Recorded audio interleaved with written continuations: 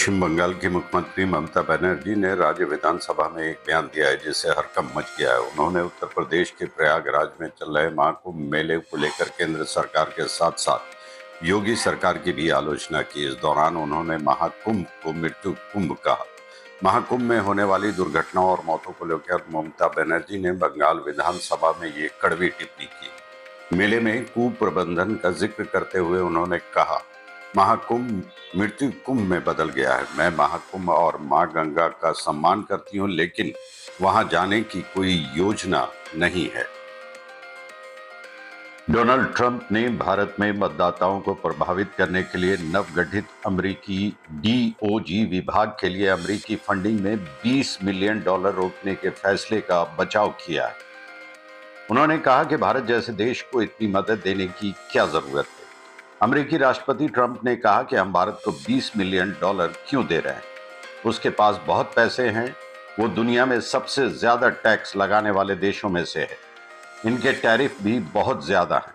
मैं भारत और उसके प्रधानमंत्री का बहुत सम्मान करता हूं, लेकिन मतदान के लिए $20 मिलियन का भुगतान क्यों करूं। बॉम्बे हाईकोर्ट ने 2010 पुणे जर्मन बेकरी ब्लास्ट मामले में एक दोषी को राहत देने से इनकार कर दिया है। बेग को पिछले 12 साल से नासिक जेल में एकांत कारावास में रखा गया है, जिसके खिलाफ बेग ने अदालत में याचिका दायर की थी। याचिका में बेग ने दावा किया था कि एकांत कारावास उनके मानसिक स्वास्थ्य पर प्रतिकूल प्रभाव डाल रहा है, इसलिए उन्हें किसी अन्य स्थान पर स्थानांतरित किया जाना चाहिए।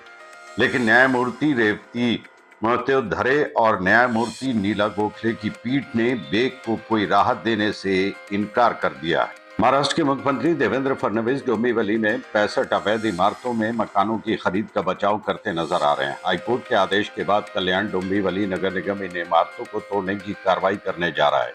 कई इमारतों को ध्वस्त कर दिया गया है, बाकी पर कार्रवाई होनी बाकी है। फडणवीस ने कहा कि यदि आवश्यक हुआ तो राज्य सरकार वास्तविक फ्लैट खरीदारों की सुरक्षा के लिए सुप्रीम कोर्ट का दरवाजा खटखटाएगी। उन्होंने आगे कहा कि स्थानीय विधायक और बीजेपी के कार्यकारी अध्यक्ष रविंद्र चव्हाण ने उन्हें स्थिति की जानकारी दी। बॉम्बे हाईकोर्ट द्वारा प्लास्टर ऑफ पेरिस से बनी गणेश प्रतिमाओं के प्राकृतिक स्थानों पर विसर्जन पर रोक लगाने के बाद अब बीएमसी भी एक्शन में आ गई है। बीएमसी के एक अधिकारी ने कहा कि हम जल्द ही पीओपी को नकारात्मक सूची में डालने जा रहे हैं। इसके बाद इसे खरीदने के लिए मंजूरी की आवश्यकता होगी। बीएमसी का मानना है कि पीओपी खरीदते समय ये बताना चाहिए कि इसे किस काम के लिए लिया जा रहा है। मूर्तियां बनाने के लिए मूर्तिकारों को कॉपी नहीं मिलेगी। साथ ही पीओपी विक्रेताओं को निर्देश दिया जाएगा कि मंजूरी देखने के बाद ही पीओपी दें, अन्यथा उनके खिलाफ कार्रवाई की जाएगी। इस कदम से पीओपी से मूर्तियां बनाना स्वतः बंद हो जाएगा। महाराष्ट्र के मुख्यमंत्री देवेंद्र फडणवीस और उप मुख्यमंत्री एकनाथ शिंदे के बीच मतभेद कई बार सामने आ चुके हैं। हालांकि कल डिप्टी सीएम शिंदे ने दावा किया कि हमारे बीच कोई मतभेद नहीं है। उन्होंने कहा कि कोई शीत युद्ध नहीं है और मैं नाराज नहीं हूं, हमारे बीच सब कुछ ठीक है। उन्होंने कहा कि महायुति से कोई असहमति नहीं है और मैं नाराज भी नहीं हूं। महाराष्ट्र के मुख्यमंत्री देवेंद्र फडणवीस ने राज्य की साइबर पुलिस को विकिपीडिया से संपर्क करने और पोर्टल से छत्रपति शिवाजी महाराज के बारे में आपत्तिजनक सामग्री को हटाने के लिए कहने का निर्देश दिया है। उन्होंने कहा कि विकिपीडिया जैसे ओपन सोर्स प्लेटफॉर्म पर इतिहास से छेड़छाड़ बर्दाश्त नहीं की जाएगी। फडणवीस ने महाराष्ट्र साइबर सेल के महानिरीक्षक को विकिपीडिया अधिकारियों से बात करने और छत्रपति संभाजी महाराज के खिलाफ आपत्तिजनक सामग्री को हटाने के लिए कहा।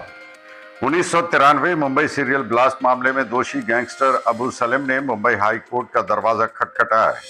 अबू सलीम फिलहाल नासिक सेंट्रल जेल में उम्र कैद की सजा काट रहा है। उन्होंने सजा में नरमी के लिए हाई कोर्ट का दरवाजा खटखटाया है। सलीम ने अदालत से अनुरोध किया है कि जेल अधिकारियों को 31 दिसंबर 2024 तक हिरासत में बताए गए उसके कुल समय 24 साल 9 महीने और 16 दिन पर विचार करने और उसे रिहाई की तारीख तय करने का निर्देश दिया जाए। न्यायमूर्ति सारंग कोटवाल और न्यायमूर्ति एसएम मोदक की पीठ के समक्ष वकील फरहाना शाह द्वारा दायर सालिम की याचिका में ये कहा गया था कि अदालत मामले की अगली सुनवाई 10 मार्च को करेगी। बांग्लादेश की अंतरिम सरकार के प्रमुख मोहम्मद यूनुस के कार्यालय ने कहा कि अभ्यस्त प्रधानमंत्री शेख हसीना का भारत से प्रत्यार्पण उनके देश की प्राथमिकता है।